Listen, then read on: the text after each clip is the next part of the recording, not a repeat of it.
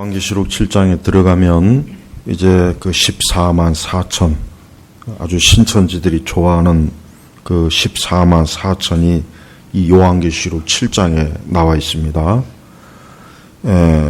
대부분의 요한계시록 자료들을 보면은 이 세대주의 자료들이 압도적으로 많고, 그 다음에 전천년의 관점으로 계시록을 해석하는 것이 그 두 번째고, 무천년설은 극히 좀 적습니다. 그래서 대부분의 주석들을 보면은 거의 다 전천년설 아니면은 세대주의가 압도적으로 많아서 많은 일반 신자들이나 목회자들도 요한계시록을 그렇게밖에 해석을 할 수 없는 자료가 너무 빈약하니까 그래요. 그래서 우리는 그 부분을 좀 잘 분별할 필요도 있고, 물론 요한계시록은 다른 신학은 확정된 그 교리지만 요한계시록은 확정되지 않은 교리가 사실 몇 가지가 있어요. 그거는 왜 그러냐? 그것은 서로 그 성경을 바라보는 관점이 서로 너무 상충되기 때문에 어느 하나를 확정하기가 참 곤란한 게, 그래서 아직 요한계시록은 신학적으로 확정된 해석은 사실은 엄밀히 얘기하면 없어요. 다만 그러나 가장 무리하지 않고 또 요한계시록을 올바로 그래도 최대한 건전하게 해석하는 그 관점은 그래도 무천년설이 가장 저는 옳다고 또 여겨집니다. 그러나 또 뭐 세대주의나 전천년설 또 후천년설도 있긴 해요. 중요한 것은 그것보다 더 중요한 건 뭐냐면, 그것보다 더 중요한 것은 바로 오늘 성경에 나와 있는 것처럼 14절, 그들은 어린 양의 피에 자신들의 옷을 씻어 희게 하였다. 이게 중요한 겁니다. 요한계시록을 100번, 1000번 읽던 그게 무천년설이건 전천설이건 후천년설이건 간에, 또 요한계시록을 문자적으로 해석하건 상징적으로 해석하건 간에 먼저 예수 그리스도, 어린 양 대신 예수 그리스도, 그분의 십자가의 피로 죄를 씻고 하나님의 자녀가 되는 게 가장 중요한 거예요. 그거를 가장 우선적으로 여기지 않고 어떤 해석상이나 어떤 신학적 관점 거기에만 몰두하게 되면 이 요한계시록의 기록 목적, 가장 중요한 목적이 뭡니까? 결국은 요한계시록을 읽고 어린 양 대신 예수님을 믿어서 구원받으라는 거예요. 하나님께서는 그 목적을 두고 반모섬에 있는 사도 요한에게 계시를 한 거지, 하나님께서 다른 목적을 가지고 계시한 건 아닙니다. 그래서 요한계시록은 여전히 거의 대부분의 말씀은 난해하고 또 이해하기가 참 어려운 말씀들이 굉장히 많아요. 그래서 이단들이 요한계시록을 가지고 건드리는 이유가 뭐냐? 바로 그런 이유 때문에. 가장 확정된 교리가 적은 게 요한계시록이니까 자기들이 뭔 소리를 해도 왜요? 논쟁거리가 되거든요. 그러니까 시천지도 이 14만 4천을 너무 황당하게 해석하지만, 그러나 대부분의 일반 사람들은 그럴 수 있겠구나라고 받아들이는 거예요. 근데 그게 아니거든요. 또 이 정통 교리에서도 이 세대주의자들은 여기에 나와 있는 이 14만 4천은 이스라엘이라고 해요. 이스라엘 사람이라고 하고, 그러나 일반적으로 우리 개혁주의나 장로교에서는 교회를 얘기하는 겁니다. 통체적으로 교회가 바로 14만 4천, 완전한 하나님의 구원받는 영적인 수를 얘기하는 거예요. 그러니까 세대주의 입장에서는 이 사람들은 이스라엘 사람이다라고 고정된 해석을 하지만, 그러나 또 그렇지 않은 경우가 있어요. 그러나 한 가지 분명한 것은 신천지의 그 이만희 그 할아버지가 주장하는 그 헛소리는 정말 받아들이면 안 돼.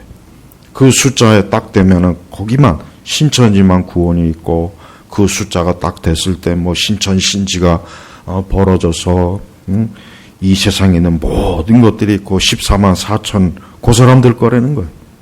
그러니 그 환상과 망상을 가지고 빵조가리 먹으면서 그냥 그 신천지에다가 온 자신의 인생을 다 투자해요. 젊은 애들이. 얼마나 망상해. 그러면서 나중에 14만 4천이 다 채워지면 이제 자신들은 왕처럼 온 땅을 세상의 모든 것들을 다 이제 자기들이 소유로 한다는 그런 어리석은 주장을 하는 거예요. 그러나 그것은 절대 그것만큼은 절대로 성경에서 말하는 그러한 내용은 절대 그런 해석은 너무나 그릇된 해석이니까 특별히 신천지가 말하는 그 상징, 비유, 특히 계시로 가지고 하는 모든 것들은 다 말 그대로 마귀와 귀신의 가르침이라는 것을 확실하게 알아야 됩니다. 그래서 여기서 말하는 14만 4천은 뭐냐? 14절에 보니까 내가 인침을 받은 자들의 수를 들으니 이스라엘 자손의 각 지파 가운데 바로 요거 이스라엘 자손이라고 하니까 세대주의자들은 이건 이스라엘 사람이다. 그러나 그게 꼭 그렇지는 않다는 거예요. 또 여기서 보면 그러면은 문제가 뭐가 있냐? 단지파가 빠졌어요. 단지파 대신 요셉 지파가 들어가 있어요. 왜 단지파가 왜 빠졌겠습니까? 역시 이것도 명확하게 성경학자들이 일치된 견해는 없어요. 다만 한 가지, 단지파는 더 많은 유난히 우상 숭배를 많이 했기 때문에 하나님께서 그 지파를 빼버렸다. 또 유대인들은 또 이런 해석도 있습니다. 단지파에서 적그리스도가 나오기 때문에 단지파를 빼버렸다. 또 이런 해석도 있어요. 그러나 어쨌든 간에 단지파가 빠져버렸어요. 그러니까 이스라엘 백성일 수가 없는 거예요. 정말 사실은 오늘날 그 현대 이스라엘 국가에서 12지파를 구분할 수가 없어요. 12지파를 피에다가 유다지파라고 피에 나와 있습니까? 유전자 정보에 너는 피를 뽑아보니까 루벤 지파고 없어요. 결국은 나중에 유대인, 우리가 유대인이라고 하잖아요. 그게 유대지파를 얘기하는 거란 말이에요. 그러니까 정확하게 오늘 현대 이스라엘 백성들을 12지파로 나누려면 나눌 길이 없습니다. 몰라요. 자기 조상들이 자기가 여기 나왔자면 아셀 지파인지 시몬 지파인지 그걸 무슨 수로 알겠냐고요. 태어날 때부터 이마에 써붙여서 나옵니까 유대인? 그런 거 없어요. 그러니까 이스라엘 백성이를 수가 없는 거예요. 그래서 이 14만 4천은 교회를 얘기하는 거예요. 교회. 앞으로 하나님께서 구원받을 모든 하나님의 백성의 총합을 하나님께서 영적으로 그냥 14만 4천이다. 이렇게 이해하고 이게 믿는 게 가장 현재까지는 정확한 거예요. 그러니까 우리는 이 14만 4천에 너무 여기에 치중할 필요는 없어요. 이거는 그렇게 큰 비중을 차지하지는 못합니다. 오히려 뭡니까? 우리는 특별히 여기서 보면은 아까 4절에 되겠지만은 인침받은 자들, 인침이라고 하는 게 뭡니까? 그것은 표시가 되는 거예요. 표시를 하는 거예요. 도장으로 표시를 하거나 봉인을 해서 표시를 하는 거예요. 바로 이 사람들이 뭡니까? 하나님의 자녀로 성령의 인침을 받은 거예요. 그러니까 이 사람들은 하나님의 자녀다라고 성령 하나님께서 이들을 영적으로 그리스도 예수 안에서 택해서 이들을 하나님의 교회에 거룩한 구성원으로 하나님이 채운다는 뜻입니다. 우리는 이 14만 4천도 절대 어디 가서 이상한 얘기 듣고 특히 신천지들 정말 그 신천지는 아주 정말 그 교리가 악하고 거짓말이요. 그것은 철저하게 이단이니까 그들의 그 어떤 것도 듣거나 가르침 받을 필요가 절대로 없습니다.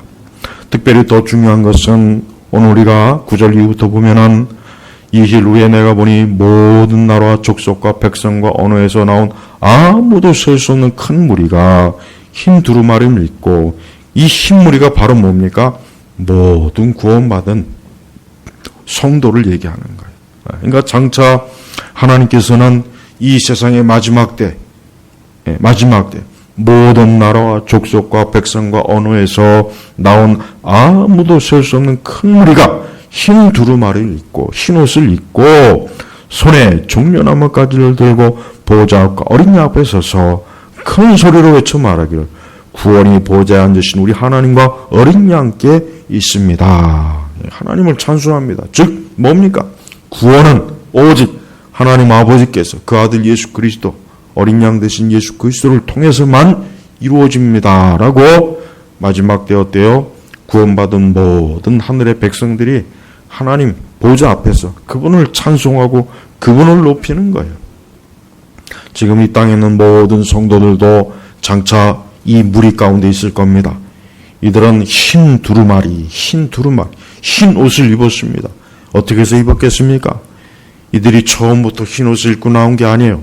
이들도 역시 죄 가운데 이 세상에 태어났고 죄 가운데 인생을 살았지만 하나님의 아들 예수 그리스도께서 그 피로 그들의 모든 죄를 씻어준 거예요. 그래서 흰 옷이 되었어요. 흰 옷을 입게 된 거예요. 처음부터 흰 옷을 입은 게 아닙니다.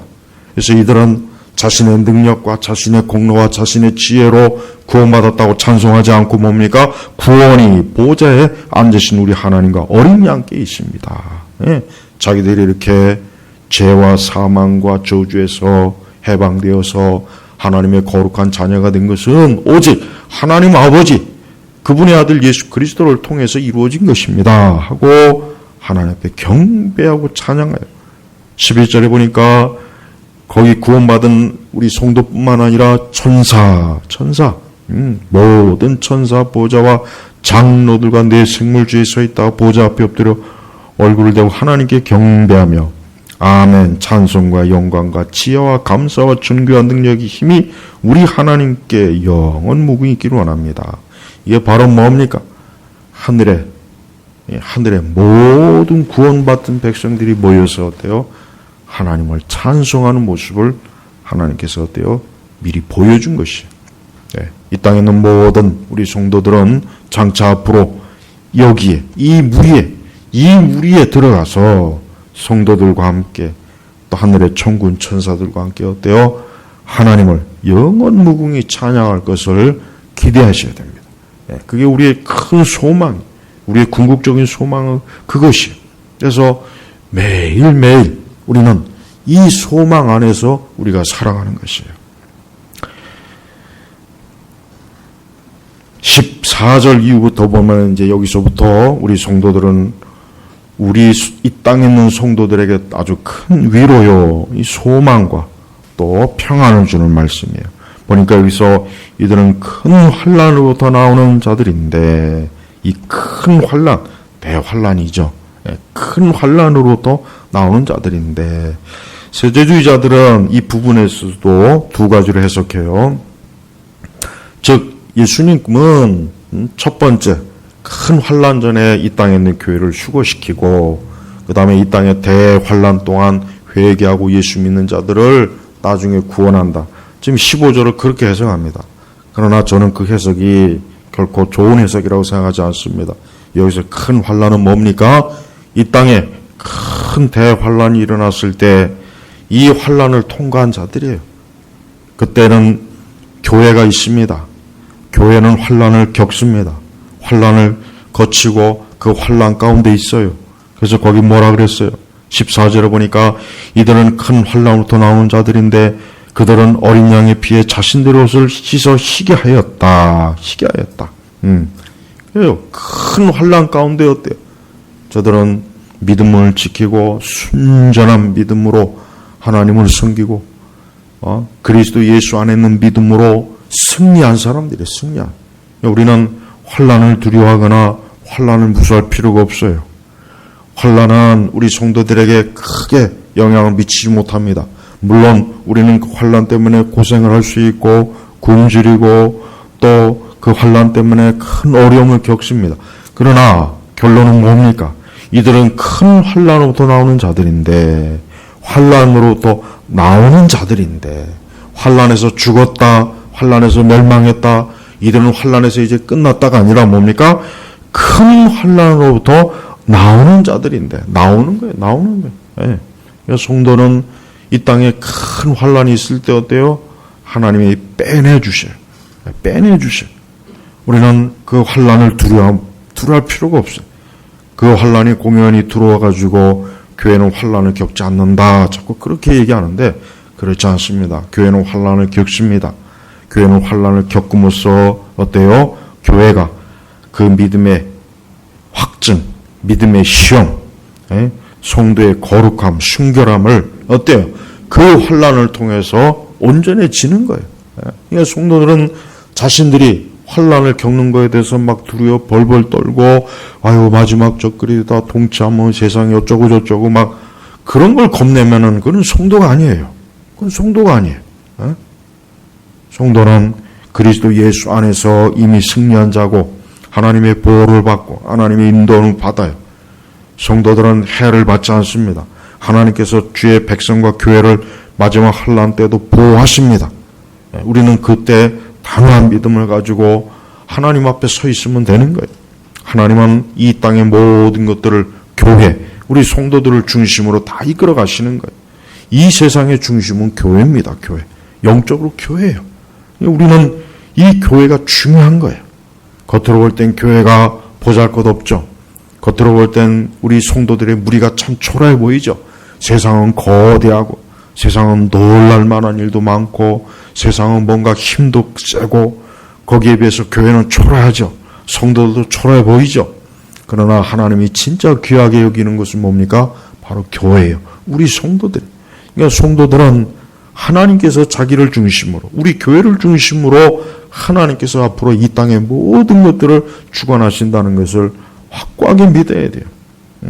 수많은 이 땅의 그 똑똑한 학자들이나 정치가나 뭐 경제학자나 수많은 사람들이 앞에 세계가 어떻게 될 것이다, 어떻게 될 것이다, 자신들끼리 모여서 무슨 컨퍼런스를 한다는 둥, 뭐 한다는 둥 해요. 그러나 그들이 지금 다 어디가 있습니까?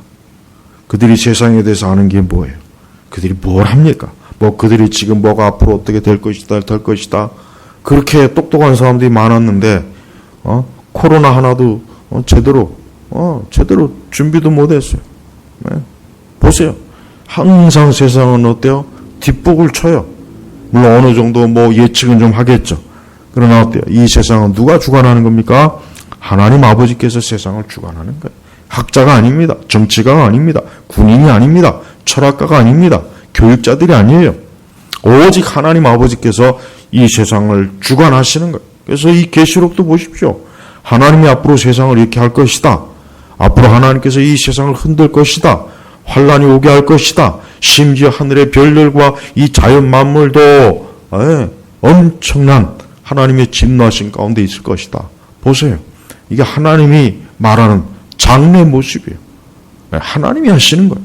무슨 학자나 정치가나 무슨 다보스 포럼이 그들이 감히 뭔데 하나님이 하신 일에 자기들이 뭐 어쩌다 저쩌다. 우리는 그런 걸 중요하게 여길 필요가 없어요. 우리가 진짜 중요하게 여길 것은 하나님께서 어떻게 말씀하셨는가. 그래서 우리는 이 계시록을 통해서 자 앞으로 이 세상이 이렇게 거대한 하나님을 대적하고 교회를 대적하는 이 적그리스도 악한 자들의 무리들이 온 세상을 싣고 다니면서 많은 사람들을 죽이고 특히 우리 믿는 성도들을 파괴하고 그럴 거라는 걸 미리 염두에 두고 우리 성도들이 신앙생활을 하라는 거예요. 네. 그러나 그런 것들을 두려워하지는 말아야 돼요. 왜? 결국은 뭡니까? 하나님께서 그 모든 것들을 다 무너뜨려요. 네.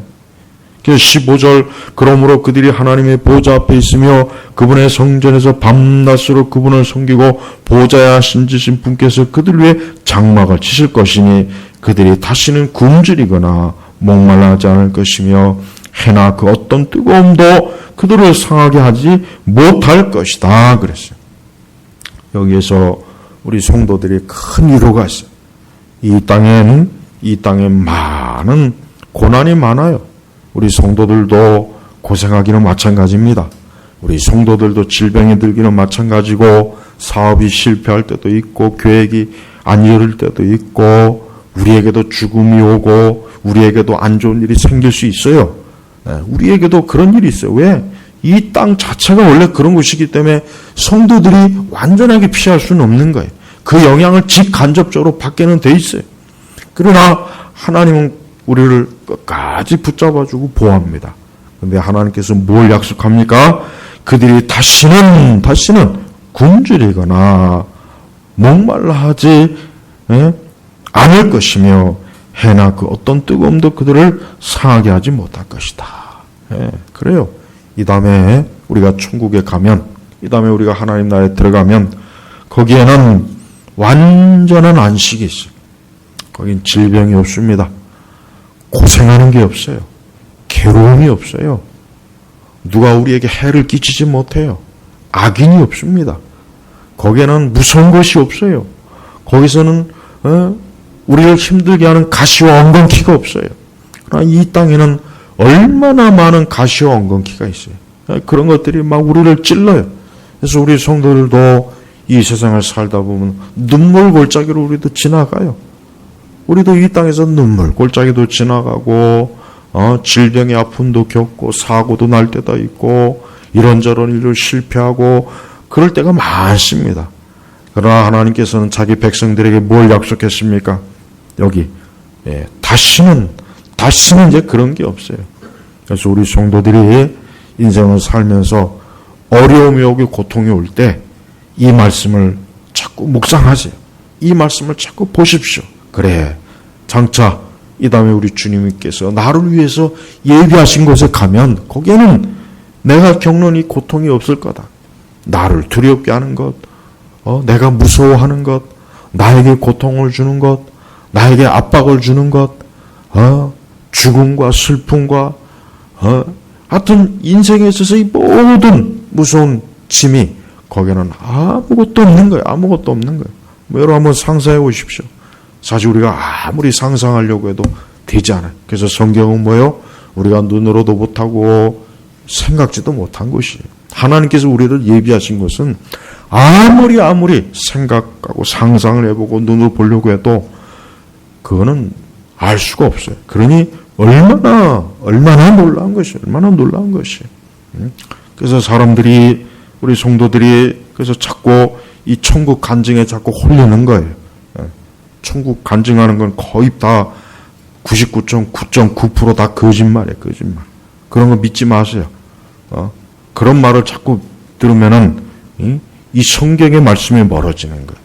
또 마귀는 그런 거짓 간증에 자꾸 사람들을 속여가지고 헛된 것을 헛된 거예요. 믿게.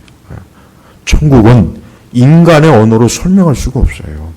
인간의 언어와 표현으로 천국은 어떤 말로도 표현이 안 된 거예요. 그러니까 성경에서도 그런 거예요.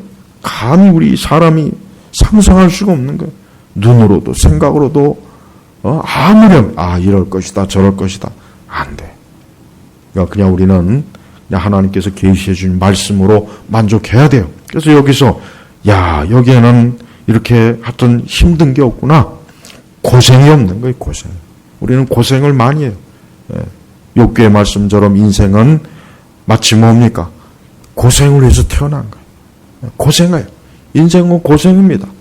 아담의 모든 자손들은 다 고생하는 거예요. 고생하는 거예요. 어린아이도 고생하고 청소년들도 고생하고 장년들도 노년들도 죽을 때까지 인생은 고생이에요. 고생이 연속이에요. 고생하지 않는 사람이 누가 있어요? 다 고생을 해요. 그러나 이 다음에 천국은 그런 게 없는 거예요. 여러분 제발 이러한 천국의 말씀을 환상이나 동화로 여기지 마십시오. 갈수록 교회가 우리 그리스도인들이 이 성경에 계시된 이런 말씀을 안 믿어요. 이런 말씀에 소망을 안 두고 살아요.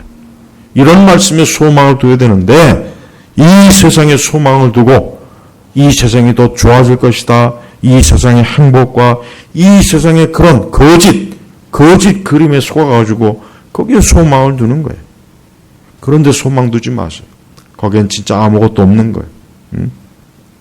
17절에 보면은 이는 보호자 가운데 계신 어린 양께서 그들의 목자가 되셔서 우리 예수님이 우리의 목자가 되셔 그들을 생명수 샘으로 인도하시고 하나님께서 그들의 눈에서 모든 눈물을 씻어주실 것이기 때문이다. 모든 눈물. 얼마나 좋습니까? 얼마나 많은 사람들이 우리 성도들도 이 땅에 살면서 눈물을 많이 흘리죠. 우리도 질병 때문에 눈물 흘리고 온갖 참 안 좋은 일 때문에 눈물 흘리고 고생하는 것 때문에 눈물 흘리고 힘들어서 눈물 흘리고 우리도 이 땅에서 많은 눈물을 흘려요. 또 믿음을 지키려니 얼마나 또 힘듭니까? 믿음을 지키려고 또 눈물을 흘리고 기도의 눈물도 흘리고 하지만 우리 주님께서 우리를 생명수 샘으로 인도하셔서 어때요? 우리의 모든 눈물을 씻어주신대. 그러니까 이 천국에 들어가면 이제 천국에 들어가면은 이 땅에 있을 때 모든 안 좋은 기억이나 그런 것들이 다 사라지는 거예요. 그러니까 천국에 들어가면은 조금 더 나쁜 생각, 안 좋은 생각, 우울한 슬픔 그런 게 없어요. 근데 세상은 어때요? 이 세상은 우리 사람들의 마음과 생각 속엔 얼마나 많은 슬픔과 어둠과 두려움과 분노와 증오와 미움과 그런 것들이 막 뒤섞여져. 그런 것들이 막 뒤섞여가지고 실체를 알 수 없는 고통을 우리 사람들은 받아요. 매일매일 받는 거예요. 매일매일. 근데 천국엔 그게 없어요. 천국은 오직 기쁨이에요. 기쁨이에요. 기쁨. 그래서 천국을 표현하는 그 말씀은 항상 뭡니까? 찬송이 많아요. 찬송. 하나님께 찬송, 영광, 기쁨을 올리는 거야. 기쁨. 그래서 성도는 이러한 말씀을 가지고 이 세상을 살아가는 거예요.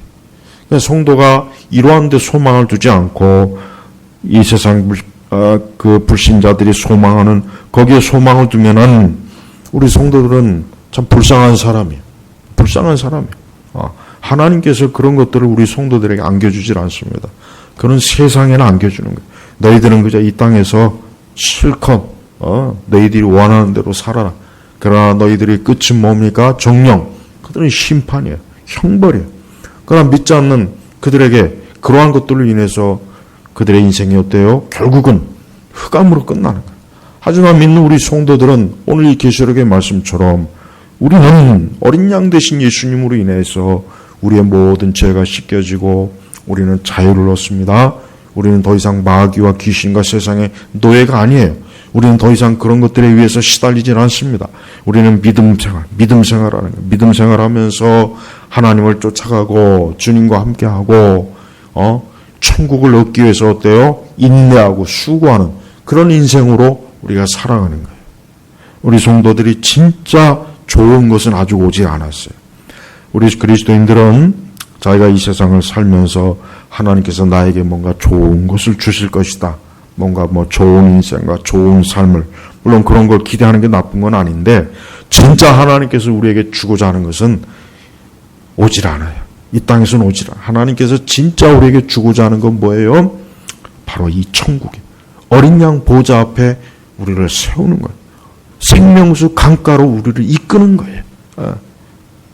마치 목자가 그 양떼들이 그 샘 곁을 데리고 와서 그 양떼들의 목을 죽이는 것처럼 똑같아요. 이 세상에 어때요? 이 세상의 고생과 환난과 고통과 괴로움에 시달린 성도들이 이제 천국에 들어갔어요.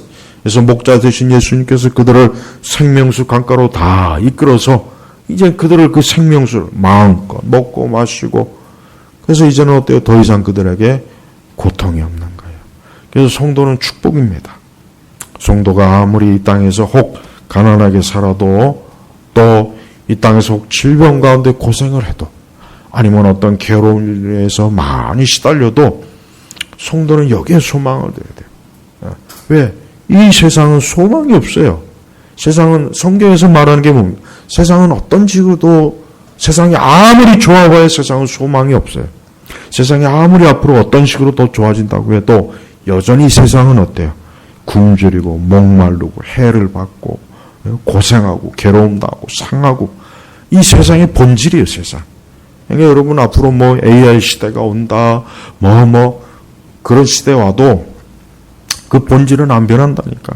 여전히 사람들은 AI 시대가 와도 여전히 사람들은 어때요? 똑같아요. 똑같이 정신적으로 시달려요. 고생해야 됩니다. 질병도 있습니다. 고통도 받습니다. 괴로운 고생이 그런 게 싹 사라질 그런 기대는 아예 접는 게 좋아요. 그런데 어때요? 세상은 그런 기대를 해요. 그러니까 이 세상은 보면은 항상 어때요? 뭔가 이 세상이 좋아질 것이다. 좋아질 것에 대한 환상을 가져요. 물론 그러기 위해서 막 노력도 하고 막 문명을 이루고 과학기술을 발전시키고 그러는데 그러나 막상 이루어보면 어때요? 막상 이루어보면은 힘들어요. 고단한 거예요. 고통스러운 거예요. 그래서 이제 또 더 좋은 세상을 만들기 위해서 또 열심히 노력을 해요. 그래서 그 세상을 만들었어요. 또 어때요? 더 끔찍한 전쟁이 일어나고 더 많은 사람들이 죽은 무기가 더 큰 무게가 생기고 더 사람들이 어때요? 촘촘하잖아요. 촘촘하잖아요. 직장인들이 이 카톡 아주 힘들어하죠. 직장 뭐 퇴근해도 업무 막 지시가 막 카톡으로 온다고 하더라고요. 뭐 그걸 금했는지 안 했는지 모르겠지만, 그러면 아예 옛날처럼 아예 없으면 얼마나 좋아요. 전화도 없고 연락 수단도 없으면은 일 지시도 안 받을 거 아니에요. 봐요. 이 우리 그리스도인들이 착각하면 안 되는 게, 과학이나 문명이 발달한다고 해서 이 땅에 천국이 세워지는 건 아닙니다. 그거는 세상 사람들이 꿈꾸는 거지, 성경은 그런 일이 없다 그랬어요. 그런 일이 없다. 성경은 그런 일이 없어요. 그러니까 에덴 동산에서 하나님이 저들을 쫓아내면서 추운 계절, 봄, 여름, 더위, 가시와 엉겅퀴, 고생하고 수고하고, 하나님이 아담과 하와가 범죄하고 그들에게 너희들은 앞으로 이렇게 인생을 살 것이다라고 하는 게 여전하잖아요. 여전히 맞잖아요. 틀림이 없잖아요. 그렇게 수천 년이 지났는데 변하질 않았어요. 그러니까 앞으로도 마찬가지. 그러니까 성도는 예수님에게 소망을 둬야 돼요. 예수님에게 소망 두고 거기에서 살아야 됩니다. 그러니까 성도는 정말 다른 데 소망 두면 안 돼요. 인생은 정말 살아보면 살아갈수록 세상은 소망이 진짜 없다, 이 생각이 정말 들어요. 곰곰이 생각해보면 세상을 수십 년 살고 또 앞으로 뭐 세상을 수십 년 산다고 해도 과연 인생에게 뭐 다른 특별한 무슨 소망이 있겠나? 아무리 생각해봐도 없어요. 그러니까 궁극적으로 사람이 죽음 이후에 천국에 가지 못하면 그거 정말 비참한 거예요. 그러니까 제발 우리 성도들은 언제나 오늘 이 말씀처럼 어린 양 되신 예수님께서 그분의 피로 우리를 씻겨주시고 흰옷을 입혀주셔서 이제 우리로 하여금 천국에 들어가기에 합당한 자로 우리를 세워주셨어요. 그래서 그곳에서 영생을 누리게 한 거예요. 그게 성도의 축복이에요. 우리 그리스도인의 축복은 바로 그겁니다. 근데 이 좋은 축복을 하찮게 여기거나 이거를 좋게 생각하지 않거나 이것을 대단하게 여기지 않는 사람들은, 그 사람들은 아직도 뭡니까? 아직도 믿음이 없는 거예요. 예수님을 안 믿고 뭔가 다른 뭔가를 지금 여전히 추구하고 있는 거나 마찬가지입니다. 그래서 성도가 인생을 살면서 항상 내 소망은 바로 오늘 이 주님이 마련하신 그분의 성전에서, 하늘 예루살렘 그 성전에서 그분을 찬송하고 그분을 높이고 하늘의 천군 천사들과 하나님 믿는 하나님의 백성들과 영생을 누리는 것, 그게 바로 우리 성도들의 소망이에요. 그래서 성도는 자신의 인생의 끝은 축복이다라고 여기면 돼요. 내 인생은 결국은 축복이다. 설령 내가 이 세상에 많은 굴곡이 있고 어려움을 겪고 고생을 하고 고난이 많다고 해도 성도, 그가 어린 양 되신 예수 그리스도의 피로 씻겨진 흰옷을 입은 사람이라면 그의 인생은 어떻습니까? 결국은 축복이요, 평안이에요. 그래서 성도는 행복한 사람이에요. 근데 하나님 믿지 않는 불신자들은 불행한 겁니다. 그들은 저주받은 겁니다. 그들은, 여러분 모래시계 보세요. 모래시계는 모래가 점점 사라져요. 그들은 모래시계 같은 인생이에요. 남는 게 없어요. 그 모래시계가 다 떨어지면 그들의 인생도 끝나는 거예요. 그 이후에는 어떻게 되겠습니까? 그 이후에는 영원한 절망이에요. 영원한 흑암이에요. 빛을 보지 못해요. 하지만 성도는 밤낮이, 그들은 어때요? 하늘의 그 빛, 우리 주 예수 그리스도, 그분이 그 빛 자체가 되시기 때문에 우리는 그분의 그 빛 가운데 영화로운 천국에서 가장 복됨을 누리는 거예요. 우리 성도는 바로 내 앞날, 내 영원한 앞에는 이것이 있구나라고 믿음으로 우리가 살아가야 됩니다. 그 소망이 우리에게 정말 축복입니다. 이 소망이 이제 이루어질 거예요. 소망은 반드시 이루어지는 게 진짜 소망이에요. 소망이 안 이루어지는 건 그건 망상이에요. 망상. 신천지에 빠져있는 젊은이들이 망상을 꾸고 있거든요, 지금. 앞으로 이제 14만 4천이 채워지면은 보면은 웃기지도 않아요. 그 신천지들 그 얘기를 들어보면 진짜 정말 답답해요. 어떻게 저런 망상을 가지고 저런 그 헛된 꿈을 꾸면서 저렇게 하긴 그게 있으니까 라면 먹으면서 일하지. 그게 있으니까 그냥 거기서 그냥 완전히 그냥 노예 취급 받으면서 거기서 그냥 그러니까 그 헛된 소망도 어쨌든 소망이니까 그걸 붙잡고 있는 거예요.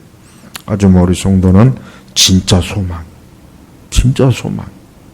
저는 교회가 우리 시대 교회가 이러한 소망으로 자꾸 성도들을 이끌어야 되는데 이러한 소망은 얘기 안 해주고 맨날 뭐 이 땅에 있는 문제나 뭐 해결하고 여기 자꾸 그 얘기만 해요. 그러니까 성도들이 자꾸 천국의 소망을 둬서 천국의 기쁨, 영광, 이런 은혜 이런 것들을 바라볼 때 우리가 이 땅에 있는 것들을 인내할 수 있는 힘을 얻을 수 있는 거예요.